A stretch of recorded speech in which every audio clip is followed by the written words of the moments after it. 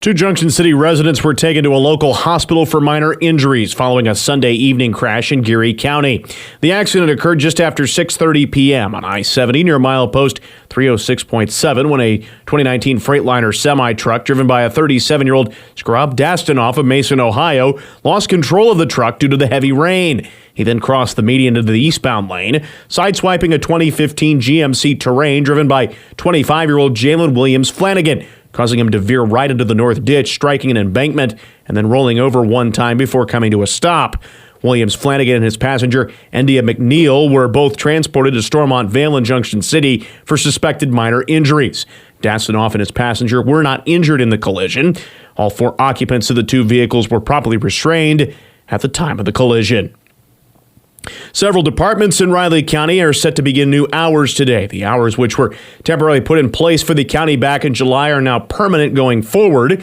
The updated hours will be from 7:30 a.m. to 5 p.m. Monday through Thursday and from 7:30 a.m. to noon on Fridays, and only applies to departments in the Riley County office building at 110 East Courthouse Plaza. The departments that are not in that building will have their own customer service hours. Those can be found at rileycountyks.gov. The full list of departments under these new hours can be found at our website, newsradiokman.com.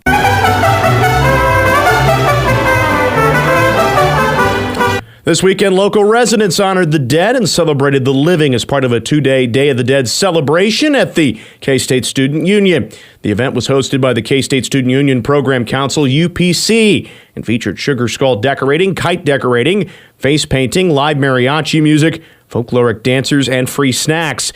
A large parade was planned for Saturday afternoon, but was canceled due to the rainy conditions. UPC Student Programs and Involvement Coordinator Darren Navriete said that both Manhattan and K-State have a strong Latin community. Surprisingly, I would say that we do have a pretty large Latin population here, even in K-State. We have a lot of organizations such as Halo, always involved and partnering with UPC. We also have Greek life within multicultural. I would say a good percentage, maybe 20% of org are Latin. Families also created ofrendas, which are altars with photos, food, and mementos to invite the spirits of their ancestors to visit. More on the day's headlines can be found at our website, newsradiokman.com and themercury.com. What's up, guys? It's the champ, Sean O'Malley, here to talk to you about Prize Picks. Prize Picks is the best place to win real money while watching football. Run your game on Prize Picks. Prize Picks will give you $50 instantly when you play your first $5 lineup. You don't even need to win to receive the $50 bonus. It's guaranteed. Just download the Prize Picks app and use code SPOTIFY. That's code SPOTIFY on Prize Picks to get $50 instantly when you play a $5 lineup. Prize Picks. Run your game. Must be present in certain states. Visit prizepicks.com for restrictions and details. Good morning, I'm Troy Coverdale with your sports headlines. Zion Chris ran 41 yards for the game winner on a day that he threw for 103 and a touchdown without an incompletion. Houston rallied to beat K-State Saturday 24-19. The Cats find themselves on the short end of the scoreboard on a day in which DJ Giddens ran for 50 yards and a touchdown.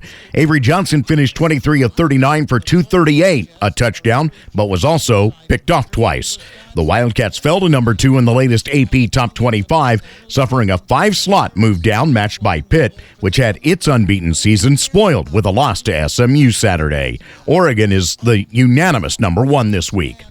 The season begins for K-State women's basketball this morning. The 13th-ranked Cats welcoming in Green Bay to start a string of 5 straight home games to open the season. Wisconsin, Green Bay, Belmont, these are going to be teams that have every opportunity to win the league. So we wanted to have a tough schedule. I think it'll be a big challenge because the one thing about those really, really good mid-majors is they have the type of style of play that can give you problems, especially because they'll pull Yoki away, they'll pull Kennedy Taylor away from the basket, Amani Lester away from the basket, and that's different than what they see in the league. Jeff Mitty's team to tip off against the Phoenix at 11. Coverage begins at 10:30 on Sunny 102.5.